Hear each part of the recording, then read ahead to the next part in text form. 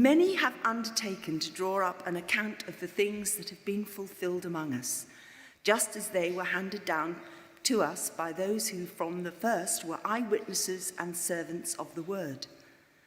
Therefore, since I myself have carefully investigated everything from the beginning, it seemed good also to me to write an orderly account for you, most excellent Theophilus, so that you may know the certainty of the things you have been taught.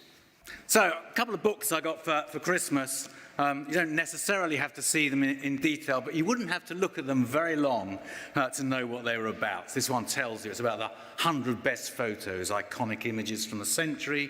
And here we've got one, God in number 10. And it tells you on the front, this is about the personal faith of the prime ministers from Balfour to Blair for 100 years or whatever. And the point of mentioning that is that these days, if you want to know what's in a book, it's not too difficult to find out. You can have a quick look at the front cover or inside and find out what's happening. But 2,000 years ago, when the New Testament books were written, that wasn't really the case. And the only way you could find out what was in a book was you had to delve into it and have a look. So what Luke has done at the start of his gospel, which is the 4 verses that Julian's just read, is given us an introduction, which I think is very helpful. And we're going to use that as the basis, Alex and I, to have a bit of an exploration as to what this gospel is about. But I suppose the first question I've got for you, Alex, is why have we chosen to do Luke this term? Yes. Good morning, everyone. Happy New Year. Look at you all. You're glowing. Or other words you may want to fill in. And hello at home as well. Graham and I sat down, and Becky, about a year ago, and we said, wouldn't it be amazing to be able to go through the entire Bible over, say, 5 years, and rather than just picking our favourite bits each term, just try and go through it, not necessarily chronologically, but go through it. And so that's the vision, as you know. So the spring term is gospel term, so that's why we're doing Luke. And are we doing all Luke this spring term? A bit difficult to fit it in, isn't it? It is. Well, we tried, didn't we? We did try. We're only going to do the first 9 chapters of it, but that's fine. And you'll notice, we've had to miss a few important things out. Actually, as of 9 o'clock, you get the bonus bits, because Cafe Church at 10:30 means they can't always go through some chapters. So we're going to get some good meat, but we will miss things out. And that's not because of any theological issues we have. It's just we ran out of time. Yeah, and we intend to come back to the second half of it next year, so we'll get to that as well. So, I mean, this time last year, we looked at John's Gospel. So, what's different? What's different about Luke?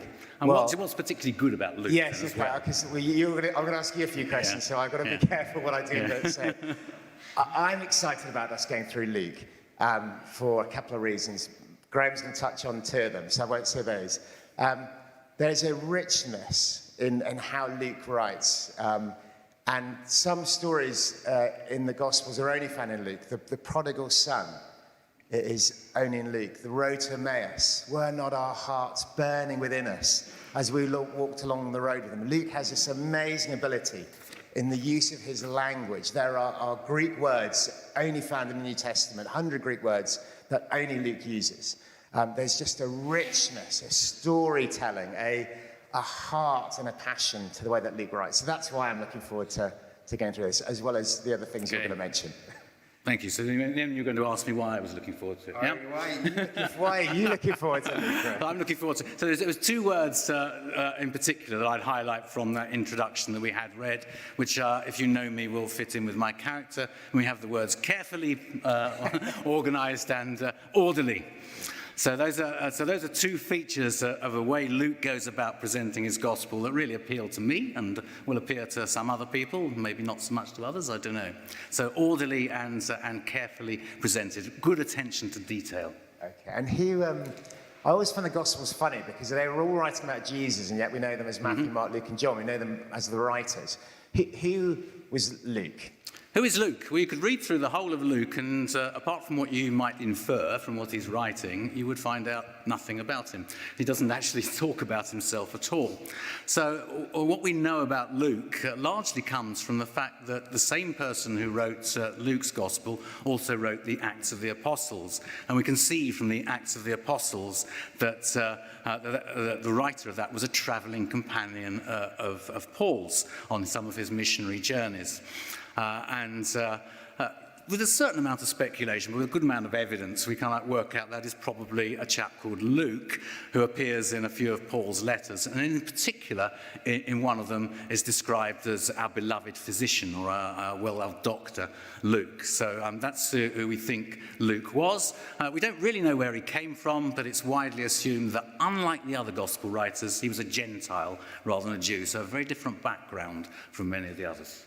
And what do you think is unique about Luke as a gospel versus the others? Well, apart from the things that kind of like we've just mentioned, if it's written from that kind of like Gentile perspective, and also from the perspective probably of someone who didn't see Jesus himself during Jesus' earthly time here on earth. So Luke is wanting to come at it from the perspective that there'll be an increasing number of people coming to the faith who won't actually have seen Jesus directly in action, sort of second generation, third generation Christians. And so he really is wanting to get down all the facts that he's ascertained about Jesus' life before they all are forgotten. To start with, they're all passed down by word of mouth. He's trying to get them all written down in an orderly and careful fashion so that they're preserved for the generations to come, to enable that certainty about faith in Jesus. And it's a personal letter, isn't it? Because it's yes. really only written to one person, Theophilus. Well, that's an interesting question. Is it written? Because you might have picked that up in the introduction. He's writing to this chap, Theophilus. And a bit like Luke, we don't actually really know who Theophilus was, but it seems like he was an eminent person somewhere in the establishment. And I think we can say it is not just written to Theophilus. Even despite what it says there, there's some particular reason why Luke might begin like that. It might be that Theophilus was the sponsor who was actually paying, if you like, for the printing to be done. But the other interesting thing is Theophilus, the actual name, means friend of God. So although it is actually almost certainly a real person called Theophilus, there's something symptomatic about the fact that he's called friend of God. So it's written to all friends of God, all those who would want to know him. Okay. Last question. How did he write it? How did he go about putting all this together? Yeah, well, in those early verses, it talks about accounts having previously been written. So there would have been other accounts of Jesus' life that people have written down, most of which wouldn't survive today. And Luke will have drawn on those after he'd checked out their reliability. He may well have drawn in particular on the Gospel of Mark. That's certainly one theory, not always accepted, but he may well have drawn on that. But it's also clear that he took the trouble to interview lots of eyewitnesses, presumably apostles. I often wonder, actually, when we go through the Christmas story and when we get to that bit about Mary treasuring up all these things in her heart and the insights we get into her, whether at some point Luke had a scoop interview with her before she died. We don't know, it's speculation, but you can imagine that he talked to all sorts of people like that. Okay, I think I've exhausted your questions for me. I'm done. I'm done. I've got one final question for you, Alex, which is, what is your vision, what's your desire, what's your prayer, really, for what we might learn as a church from looking at Luke together this term? Yeah, I think that's a great question.